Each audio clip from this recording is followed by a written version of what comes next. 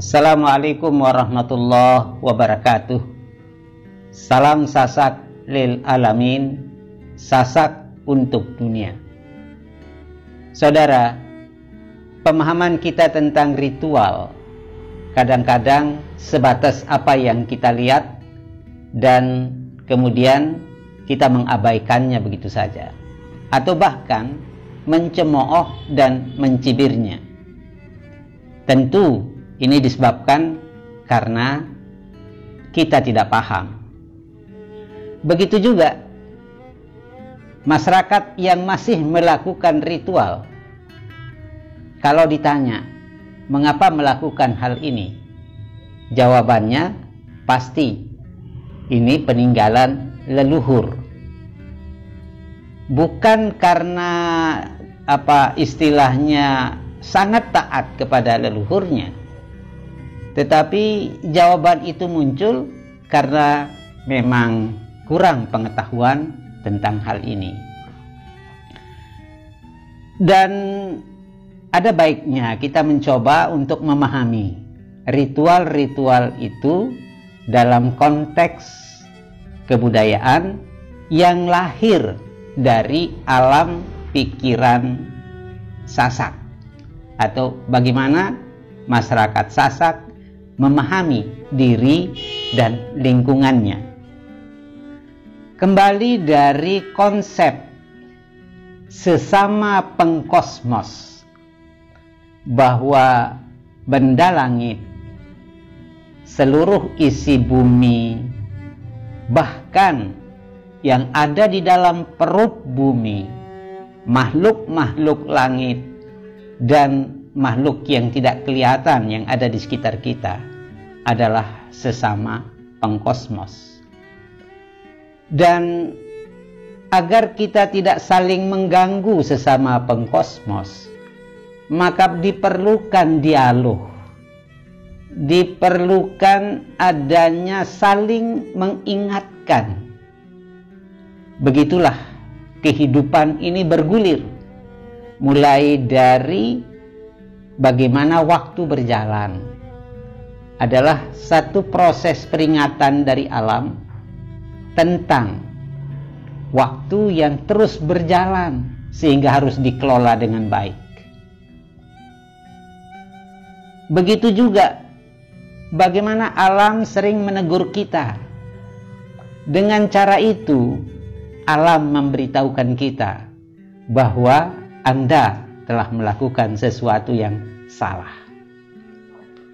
Maka masyarakat Sasak yang melakukan ritual-ritual itu adalah dalam upaya untuk berkomunikasi dengan alam, untuk saling mengingatkan perjanjiannya ketika ia diciptakan. Bagaimana peran masing-masing makhluk Tuhan Allah Subhanahu wa Ta'ala di dalam siklus kehidupan ini, dan semuanya bukan untuk siapa-siapa, tetapi untuk manusia. Nah, dalam hal ini kita akan mencoba melihat bagaimana ritual itu dilaksanakan dengan cara pandang dialog antara sesama pengkosmos. Saudara, kalau kita berangkat dari ritual besar yang dilakukan oleh masyarakat Sasak 8 tahun sekali, ini disebut dengan Gawe Alip. Gawe Alip ini adalah satu catatan, satu peringatan dalam perjalanan waktu bahwa manusia sudah berjalan selama 8 tahun dengan kondisi setiap tahun yang berbeda. Kita disuruh merefleksikan kemudian untuk menuju 8 tahun ke depan berdasarkan catatan-catatan waktu. Nah, Gawe Alip ini kemudian dilakukan dalam konsep besar, yaitu konsep untuk menyelamatkan dunia, menyelamatkan bumi. Karena tidak ada satupun makhluk atau bangsa, katakan, di atas dunia ini yang terlepas dari putaran waktu. Dan waktu yang sama, kita menggunakan matahari yang sama, menggunakan bulan yang sama, menggunakan bintang yang sama. Tetapi tidak semua bangsa bisa mencatat dan memanfaatkan peringatan ini, kecuali oleh bangsa-bangsa yang memiliki pemikiran peradaban awal yang maju, peradaban besar, kesadaran tentang waktu. Kemudian gawe alif ini dilanjutkan dengan ritual-ritual musim. Bagaimana masyarakat Sasak memahami musim atau disebut mangse. Sehingga ada ritual yang dikatakan ritual bubur tahun umpamanya, menandakan masuknya tahun baru. Ini masih kaitannya dengan tahun, dengan perjalanan lunar, yaitu tahun Hijriah. Masuk Muharram, dia bikin bubur tahun. Tetapi kalau kita kembali kepada bagaimana perhitungan mangse secara tradisi, itu ada ritual lagi yang dikatakan dengan tamebeli umpamanya. Tamebeli ini adalah upaya atau sebuah ritual yang berterima kasih kepada alam bahwa dia selamat dalam perhitungan satu musim kemarau dan bersiap untuk masuk ke musim hujan. Lalu ritual tamebeli ini istilahnya tulakang balit lakuk tahun.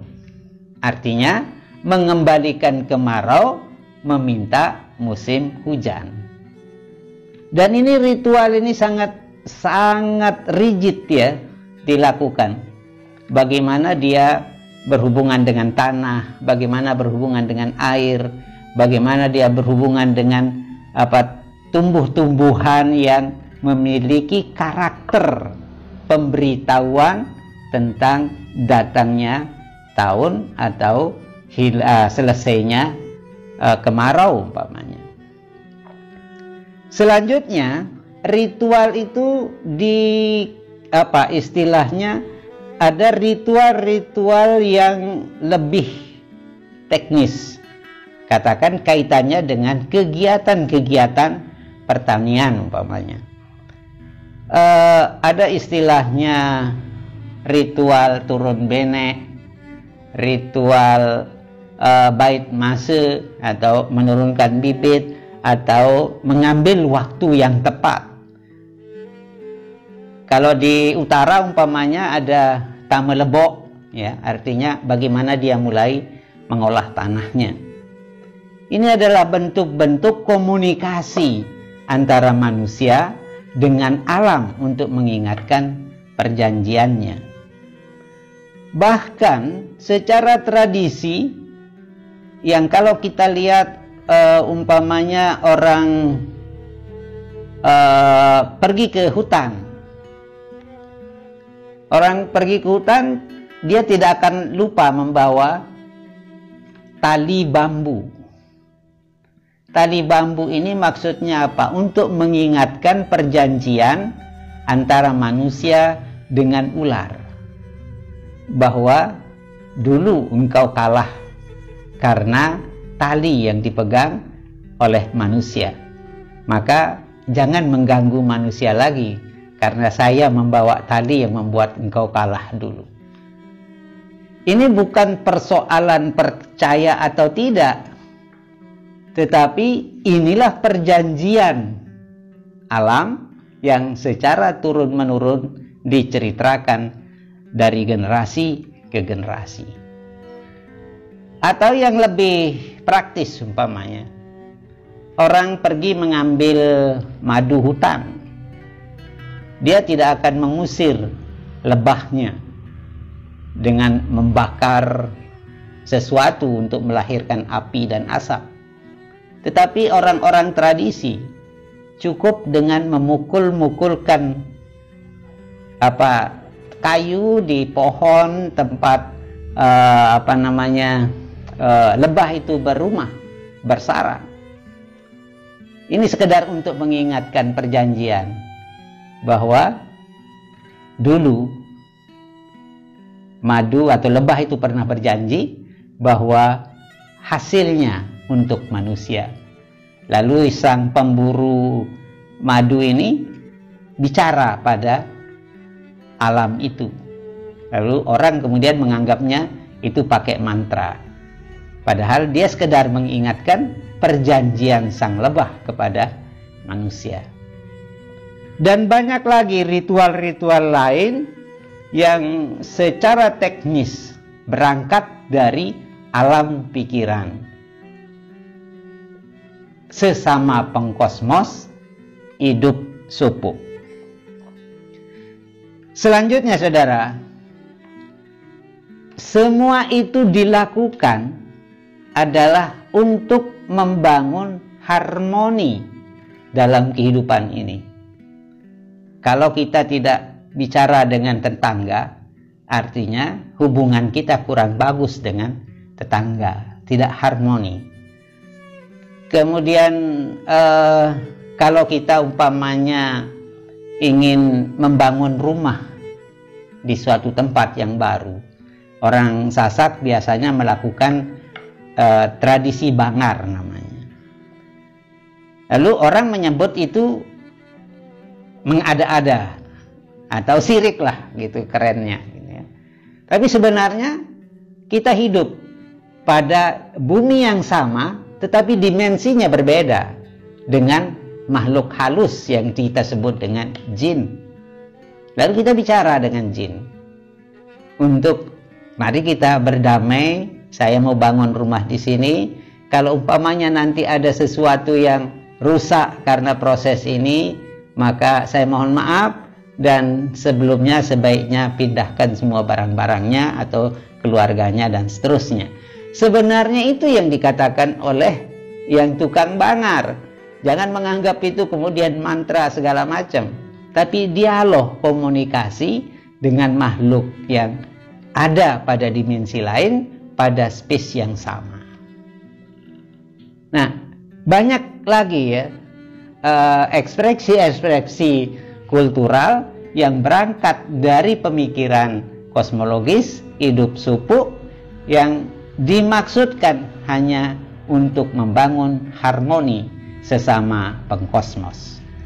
Maka marilah kita pahami tradisi ini sebagai upaya untuk membangun harmoni sesama makhluk Tuhan Allah Subhanahu wa Ta'ala, dan kita transformasikan tentu dengan kondisi modern saat ini. Semoga ada manfaatnya. Salam budaya.